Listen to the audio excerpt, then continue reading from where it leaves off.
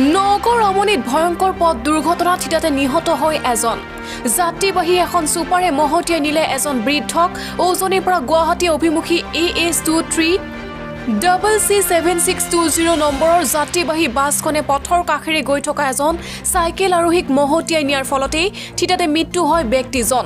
ঘটনাস্থলীত নগৰ চামগুৰি আৰক্ষী উপস্থিত হৈ ঘটনাৰ বুজ লোৱাৰ লগতে জব্দ কৰিছে দুৰ্ঘটনা সংঘটিত কৰা যাত্ৰীবাহী বাছখন।